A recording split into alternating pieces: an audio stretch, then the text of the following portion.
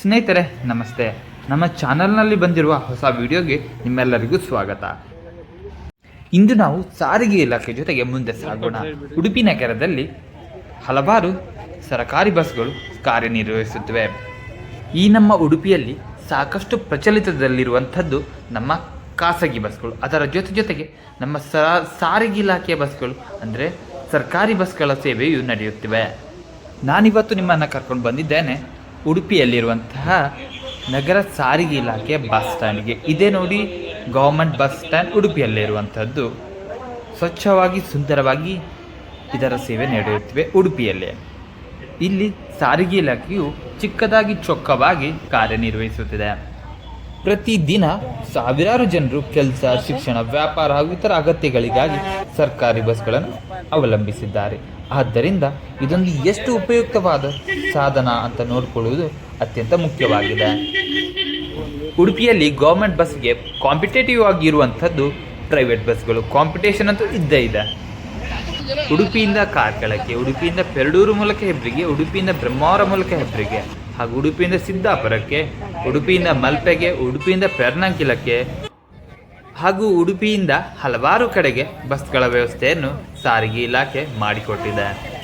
ಇದೇ ನೋಡಿ ನಮ್ಮ ಸಿಟಿ ಬಸ್ ಸ್ಟ್ಯಾಂಡಿನಲ್ಲಿ ಬೆಳಿಗ್ಗೆ ನೋಡುವಂತಹ ಕ್ರೌಡ್.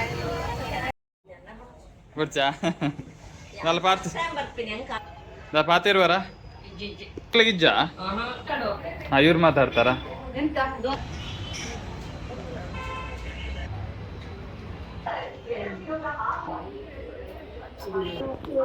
ಮೇಡಮ್ ನಮಸ್ತೆ. ನಾವು ಒಂದು ಸ್ವಲ್ಪ ಬಸ್ ಗೌರ್ಮೆಂಟ್ ಬಸ್ ಎಲ್ಲ ಸರ್ವಿಸ್ ಎಲ್ಲ ಬಿಟ್ಟಿದ್ದಾರಲ್ಲ, ಅದ್ರ ಬಗ್ಗೆ ಒಂದೆರಡು ಮಾತು ಮಾತಾಡೋಣ ಅಂತ ಬಂದಿದ್ದು. ಸೊ ಇದು ಎಲ್ಲಿ ಹೋಗುವಂತ ಬಸ್ ಮೇಡಮ್? ಇದು ಕಾರ್ಕಳಕ್ಕೆ ಹೋಗುವಂತ ಬಸ್. ಇದರಲ್ಲಿ ಜನ ಫುಲ್ ಆಗ್ತಾರೆ ಹೇಗೆ?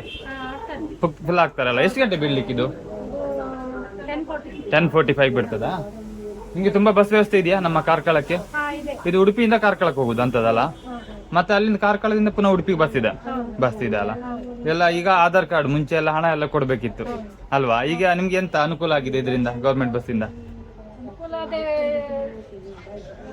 ಒಂದು ಫ್ರೀ. ಹೌದೌದು, ಮುಂಚೆ ಎಲ್ಲ ದುಡ್ಡು ಕೊಡ್ಬೇಕಿತ್ತು. ಬಸ್ ಆಗಿದೆ, ಹೌದು. ಮುಂಚೆ ಎಲ್ಲ ಪ್ರೈವೇಟ್ ಬಸ್ ಮಾತ್ರ ಇದ್ದದ್ದು ಉಡುಪಿಯಲ್ಲಿ. ಈಗೆಲ್ಲ ಗೌರ್ಮೆಂಟ್ ಬಸ್ ಹಾಕಿದ್ದಾರೆ ನಡುವಲ್ಲಿ ಕೂಡ. ಸ್ವಲ್ಪ ಉಳಿತಾಯ ಆಗಿದೆ ಹಣ ಎಲ್ಲ ಅಲ್ವಾ?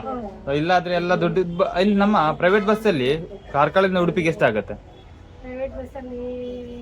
45 40ರಿಂದ 45 ಆಗಿದೆ. ಆದ್ರೆ ಗೌರ್ಮೆಂಟ್ ಬಸ್ ಅಲ್ಲಿ ಎಲ್ಲ ಫ್ರೀ ಆಗಿದೆ ಅಲ್ಲ.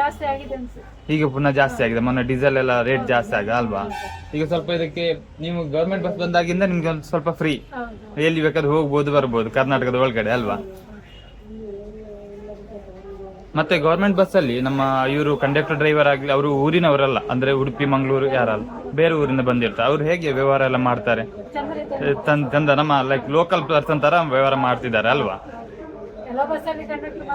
ಸ್ವಲ್ಪ ಜೋರಿದ್ದಾರೆ.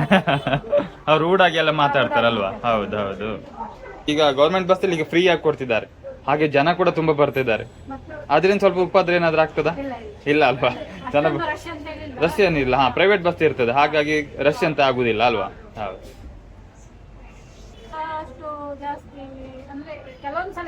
ಕೆಲವೊಂದು ಪ್ರತಿ ಸಾರಿ ಫುಲ್ ಆಗುದಿಲ್ಲ ಅಲ್ವಾ? ಕೆಲವೊಂದು ಹೌದು, ರಜೆ ಎಲ್ಲ ಇದ್ದಾಗ ಸ್ವಲ್ಪ ಫುಲ್ ಆಗ್ತದೆ. ಇಲ್ಲಾದ್ರೆ ರೆಗ್ಯುಲರ್ ವೀಕ್ ಡೇಸ್ ಅಲ್ಲಿ ಅಷ್ಟು ಪ್ರಾಬ್ಲಮ್ ಇಲ್ಲ ಅಲ್ವಾ? ಹೌದು. ಇಲ್ಲಿ ಎಲ್ಲ ಅಷ್ಟು ಬಸ್ಸಿನ ವ್ಯವಸ್ಥೆ ಇದೆಯಲ್ಲ, ಪ್ರೈವೇಟ್ ಕೂಡ ಇದೆಯಲ್ಲ, ಅದಕ್ಕಾಗಿ ಸ್ವಲ್ಪ ಅಷ್ಟು ರಶ್ ಇರುವುದಿಲ್ಲ ಅಲ್ವಾ? ಥ್ಯಾಂಕ್ ಯು ಒಂದು ಬಸ್ಸಿನ ಬಗ್ಗೆ ಎಲ್ಲ ಹೇಳಿದಕ್ಕೆ. Thank you. ಓಕೆ, ನಮಸ್ತೆ. ಎಲ್ಲಿ ಹೋಗುವಂತ ನೀವು? ಕಾರ್ಕಳ. ಎಲ್ಲಿ? ಹಿರಿಯರ್ಗೆ ಹೋಗುವಂತದ? ಎಲ್ಲ ಗೌರ್ಮೆಂಟ್ ಬಸ್ ಅಲ್ಲಿ ಹೋಗ್ತೀರಾ ಅಲ್ವಾ? ಎಲ್ಲ ಫ್ರೀ ಇದೆ ಅಲ್ವಾ? ಮುಂಚೆ ಎಲ್ಲ ಪ್ರೈವೇಟ್ ಬಸ್ ಅಲ್ಲಿ ಹೋಗ್ತಿದ್ರಾ? ಈಗ ನೀವು ಹಿರಿಯರ್ಕಿಂದ ಬರುವಾಗ ಕೂಡ ಗೌರ್ಮೆಂಟ್ ಬಸ್ ಅಲ್ಲಿ ಬಂದ್ರಿ, ಆಧಾರ್ ಕಾರ್ಡ್ ಅಲ್ಲಿ ಅಲ್ವಾ? ಹೌದು, ಗೌರ್ಮೆಂಟ್ ಫ್ರೀ ಬಸ್ ಎಲ್ಲ ಬಿಟ್ಟಿದಾರಲ್ಲ, ಅನುಕೂಲ ಆಗಿದೆ ಅಲ್ವಾ? ಇಲ್ಲ ಪ್ರೈವೇಟ್ ಬಸ್ ಅಲ್ಲೇ ದುಡ್ಡು ಖರ್ಚಾಗ್ತಿತ್ತು, ಹೀಗಾದ್ರೆ ಫ್ರೀ ಆಗ್ತದೆ. ಹೌದು, ಆಚೆ ಈಚೆ ಹೋಗ್ತಾ ಇರ್ತೀವಿ. ಈಗೆಲ್ಲ ಫ್ರೀ ಎಲ್ಲ ಹೋಗ್ತಾ ಇರ್ಬೋದು, ಬರ್ತಾ ಇರ್ಬೋದು ಅಲ್ವಾ? ಹೌದಾ? ಅರ್ಜೆಂಟ್ ಇದ್ದಾಗ ಸ್ವಲ್ಪ ಬೇರೆ ಪ್ರೈವೇಟ್ ಅಲ್ಲಿ ಹೋಗ್ತೀರಿ, ಇಲ್ಲಾದ್ರೆ ಗೌರ್ಮೆಂಟ್ ಜಾಸ್ತಿ ಇದ್ ಮಾಡ್ತೀರಿ ಅಲ್ವಾ? ಹಣ ಎಲ್ಲ ಉಳಿತಾಯ ಆಗ್ತದೆ ಹಾಗಾದ್ರೆ. ಆದ್ರೆ ಎಲ್ಲಿ ಹೋಗ್ತದೆ ಎಲ್ಲಿ ಬರ್ತದೆ ಅಂತ ಗೊತ್ತಾಗುದಿಲ್ಲ. ಹೋಗ್ತದೆ ಅಷ್ಟೇ. ಹೌದೌದು. ಹೌದೌದು. ಸರಿ ಮೇಡಮ್, ಧನ್ಯವಾದ. Thank you. ಉಡುಪಿಯಲ್ಲಿ ಪ್ರೈವೇಟ್ ಬಸ್ ಉತ್ತಮವ ಅಥವಾ ಗೌರ್ಮೆಂಟ್ ಬಸ್ ಉತ್ತಮವ ಅಂತ ಹೇಳಿ ಕಮೆಂಟ್ ಮಾಡಿ ನಿಮ್ಮ ಅಭಿಪ್ರಾಯವನ್ನು ತಿಳಿಸಿ. ನಿಮ್ಮ ಅಭಿಪ್ರಾಯ ಕಮೆಂಟ್ ಮೂಲಕ ಇದ್ದರೆ ಅದು ಪ್ರತಿಯೊಬ್ಬರಿಗೂ ಸಹಾಯ. ಹಾಗೆ ಕಮೆಂಟ್ ಮಾಡಿ.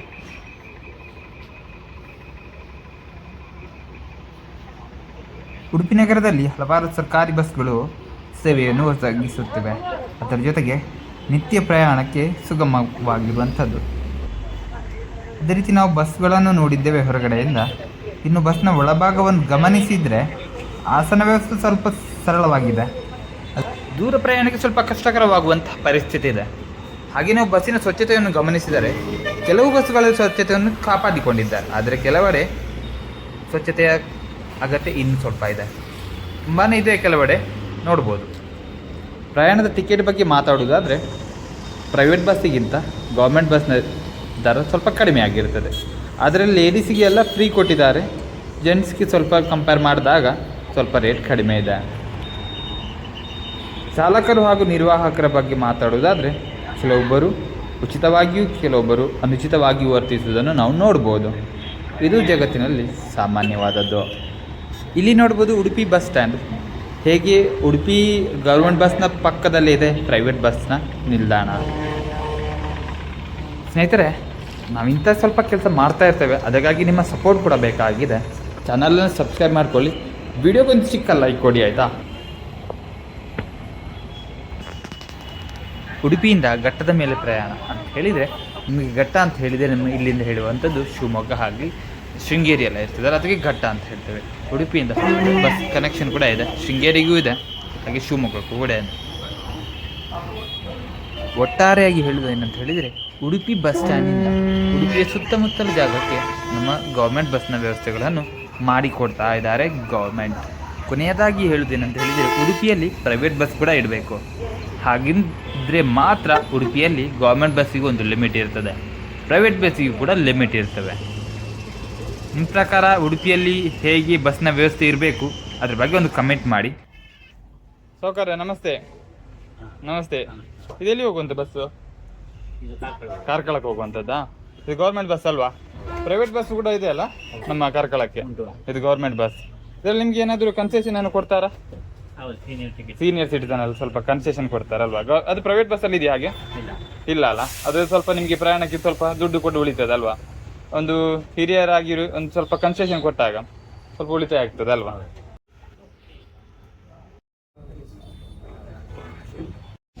ಆದರೆ ಒಂದು ವಿಷಯ, ನಿಮಗೆ ಗೌರ್ಮೆಂಟ್ ಬಸ್ಸಲ್ಲಿ ಸೀಟ್ ಸಿಕ್ಕುತ್ತೆ ಅಂತ ಕನ್ಫರ್ಮೇಷನ್ ಯಾವುದೂ ಕೂಡ ಕೊಡಲಿಕ್ಕೆ ಆಗೋದಿಲ್ಲ. ಅಷ್ಟು ಜನ ಇರ್ತಾರೆ, ಆಲ್ಮೋಸ್ಟ್ ಇರ್ತಾರೆ. ಮಣಿಪಾಲಕ್ಕೆ ಬರುವಾಗಲಂತೂ ಫುಲ್ ಆಗಿರ್ತದೆ ಬಸ್ಸು. ಮಣಿಪಾಲನ್ನು ಸ್ವಲ್ಪ ಕಡಿಮೆ ಆಗ್ತದೆ. ಸ್ನೇಹಿತರೆ, ನಮ್ಮ ಚಾನಲ್ನ ಒಂದು ಸಬ್ಸ್ಕ್ರೈಬ್ ಮಾಡ್ಕೊಳ್ಳಿ, ವಿಡಿಯೋನ ಲೈಕ್ ಮಾಡಿ. Thank you.